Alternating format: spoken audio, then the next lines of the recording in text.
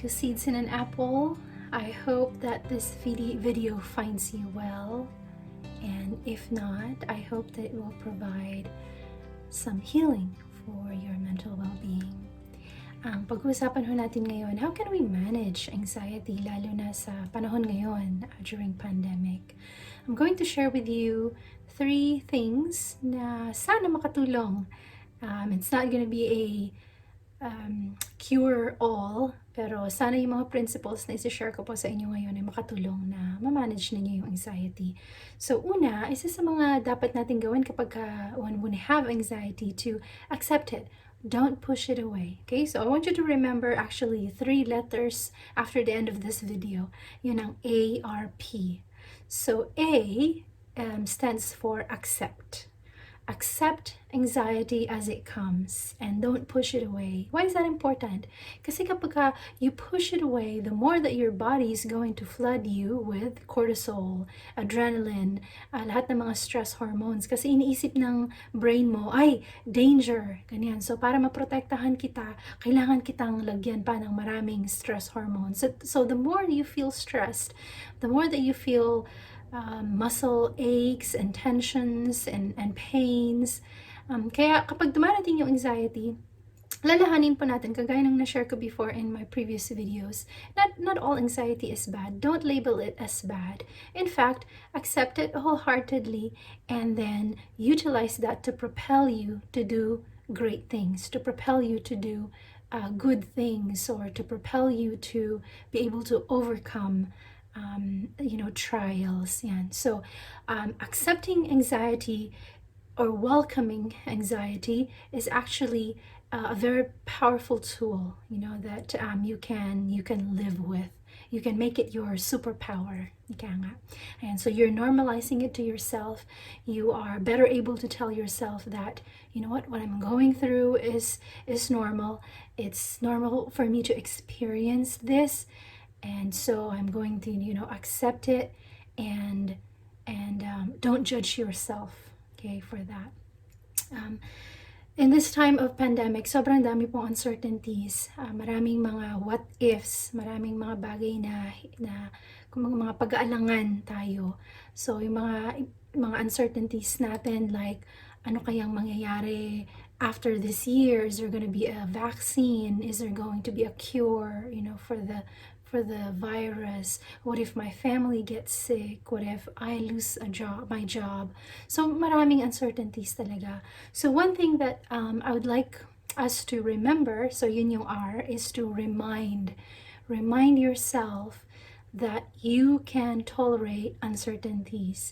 Bago pa naman nangyari yung pandemic, marami ng uncertainties na na-tolerate natin, hindi po ba? Kagaya ng halimbawa, when you go travel, when you go to work, you get on the jeep, get on the bus, or sa MRT, LRT, o kaya you drive. Maraming uncertainties dyan, like what if mabangga ka, what if habang bumababa ka sa hagdan, matisod ka, yan, mauntog yung ulo mo. What if masagasaan ka? What if yung mga akyat bahay gang ay sumugod sa bahay mo, ganun, and burglarize your house, and all sorts of things that are uncertain. Pero napagdaanan mo naman yun, you were able to get through all of those uncertainties. And so similar thing, ganun din in time of the pandemic sa ngayon, that just as you were able to tolerate uncertainties in the past, you can tolerate uncertainties now. And so, you tell yourself that you're able to tolerate all these uncertainties. The other one, yung P naman, is to practice self-compassion. So this pandemic has brought on so many emotions. Andyan yung guilt, anger, yung parang gusto mong merong someone to blame, for what's happening, or that you're feeling guilty or ashamed or shameful maybe for not being able to do the best that you can for your children or for your family. There could be, devastation. So maraming iba't ibang emotions na nararamdaman natin. And sometimes the tendency is for us to beat ourselves up and be very hard on ourselves. And so what I'd like us to do is practice self-compassion. remember, just as you would treat anyone else in your family, mga kaibigan mo, ganun din dapat sa sarili natin. That you will treat yourself with compassion. Kapag ka nagkakaroon tayo ng when we beat ourselves up, what we create is this psychological hostile environment. Di ba kapag ka may kaaway ka or meron kang nakikipag discussion with someone in a hostile way, so yung environment mo hindi na safe. Similarly, you're doing the same thing in your head kapag when you beat yourself up too much. So you're creating that hostile environment in your head. And so to remove that or to avoid that, practice self-compassion. It's okay to be scared. You can tell yourself that, it's okay. I should be scared.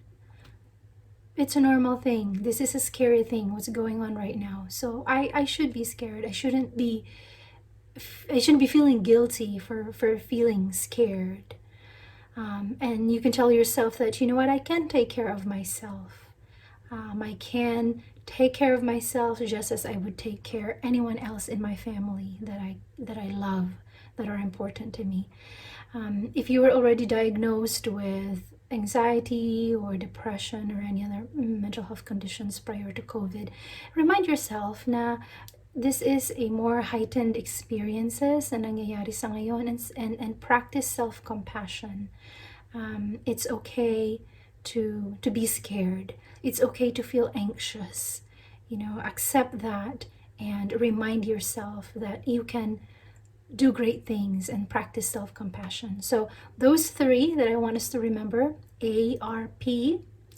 A for accept what is, accept things that you can't control, accept that anxiety can propel you to do great things. And then R is for reminding yourself. Remind yourself of your capabilities, of the things that you're able to do, of your ability to problem solve, your ability to overcome many great difficult things because you have done it before. You can do it again. And then P, of course, is practice self-compassion. Include yourself in your circle of care. Just as how much you care about those around you, the same amount of effort and focus should also be put on yourself. Alagaan mo ang sarili mo. And that's all for today. Thank you for being here. I hope that this has been helpful, and please don't forget to share it with anyone else who might find this beneficial as well. Thank you and take care. Bye-bye.